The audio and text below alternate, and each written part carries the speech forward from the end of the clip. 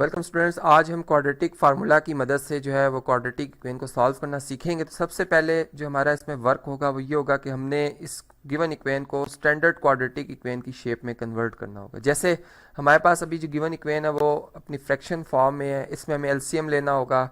और एलसीएम में हम जानते हैं कि जी डिनोमिनेटर्स में जो हमारे पास नंबर्स हैं इन दोनों एक्सप्रेशंस का प्रोडक्ट आएगा, चूंकि ये दोनों एक दूसरे से डिफरेंट हैं। और इसी तरह से इनके न्यूमरेटर्स को फिर हम जैसे फर्स्ट टर्म का जो डिनोमिनेटर अगर वो देखा जाए तो x-1 है, जिसको डिवाइड किया जाएगा एलसीएम से, तो फिर x-2 जवाब में आता है जो कि 1 से मल्टीप्लाई होकर x-2। सेम बिल्कुल यही बात यहाँ पर रिपीट होगी और यहाँ पे आएगा x-1 इक्वल टू 2 के। और अब हम इसमें जो लाइक टर्म्स हैं, जैसे हम देख रहे हैं कि x और x दोनों x terms like terms 2 times x आ जाएगा, जबकि -2 और -1 ये दोनों नेगेटिव में ऐड हो जाएंगे, नेगेटिव का 3 आएगा। जबकि 2 इंटू यहाँ पर इन दोनों एक्सप्रेशंस का प्रोडक्ट जो कि x-1 इंटू x-2 बनता है, ये आ जाएगा इस तरह से। और अगर हम इसको मल्टीप्लाई भी कर लेते हैं यहाँ पर इस तरह से, ये x से मल्टीप्लाई होगा जी, x² आ जाएगा, ऐसा -2x आएगा, -x आएगा और +2। और उसके बाद अगर हम इन्हें लाइक टर्म्स को ऐड भी कर लें, जैसे x² -3x और +2।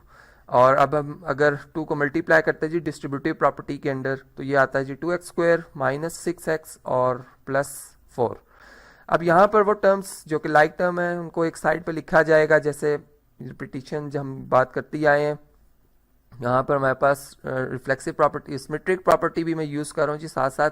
ये -2x² -6x +4 -2x हो जाएगा और +3 हो जाएगा इक्वल टू 0। और यहाँ पर ये हमारे पास आ जाएगा 2x² -8x, यहाँ पर 6 और -2 ये दोनों ऐड हो जाएंगे, -8x हो जाएगा और +7 हो जाएगा। इस तरह से ये हमने जो हमारी गिवन इक्वेशन थी उसको हमने इसकी स्टैंडर्ड फॉर्म में लिख दिया है। अब हमारी जो जनरल यानी स्टैंडर्ड जो क्वाड्रेटिक इक्वेशन है उसको एक दफ़ा दोबारा लिखना चाहूँगा यहाँ पर जी, ax² + bx + c equal to 0 के। अब आप अगर इन दोनों इक्वेशंस को कंपेयर करें, चलें इसको 1 और 2 से रिजेंबल कर लेते हैं, तो यहाँ पर a जो है यानी x² का जो कोफिशिएंट है वो 2 है। इसी तरह जो x का कोफिशिएंट जो कि स्टैंडर्ड फॉर्म में b होता है, और यहाँ पर वो क्या है जी -8 है। और इसी तरह कांस्टेंट टर्म जो है वो हमारे पास क्या है जी प्लस साइन के साथ 7 है।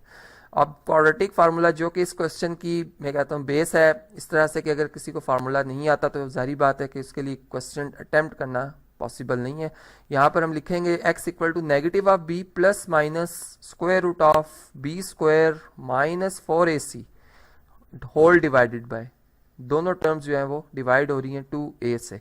और यहाँ पर अगर हम इनकी वैल्यूज़ को पुट कर लेते हैं बाय, यहाँ पे हम लिखेंगे G by putting the values of a, b and c, तो हमारे पास जो x है उसकी वैल्यू हम बहुत आसानी से फाइंड कर सकते हैं। यहाँ पर स्टेटमेंट में एक दफ़ा कंप्लीट कर लूँ जी, a, b एंड c।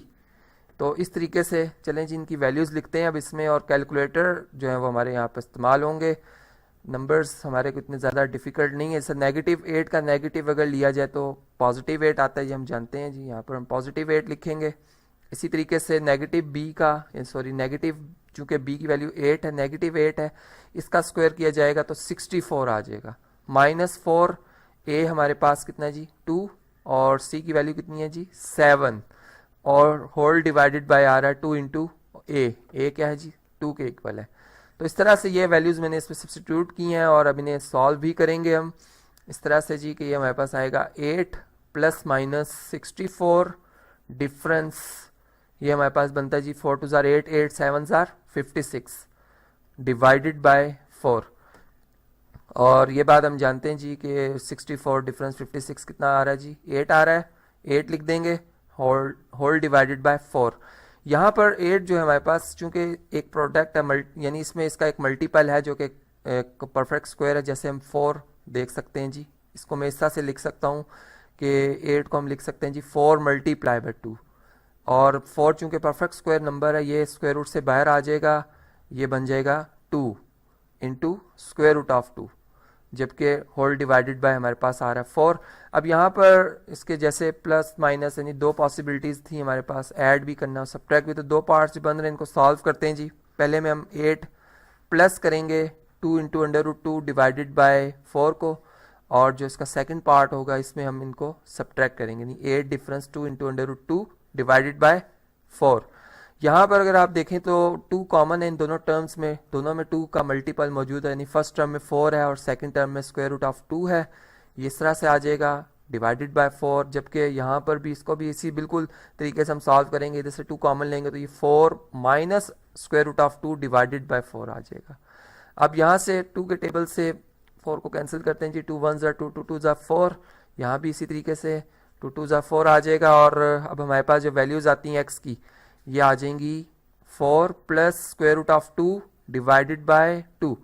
और इसी तरह से यहाँ पर अगर आप देखें तो 4 डिफरेंस नेगेटिव यानी square root of 2 divided by 2 के। तो इस तरह से ये दोनों वैल्यूज चूँकि इक्वेशन को सेटिस्फाई करती हैं, अगर हम इनको देखते हैं लिखकर तो सोल्यूशन में शामिल कर सकते हैं। इस तरह से हम इन दोनों वैल्यूज़ को अलग अलग भी लिख सकते हैं और आप चाहें तो एक ही दफ़ा प्लस माइनस का साइन कॉमन करके लिख सकते हैं। तो ये 2 वैल्यूज़ आ गई जी इस गिवन क्वाड्रेटिक इक्वेशन के सोल्यूशन में।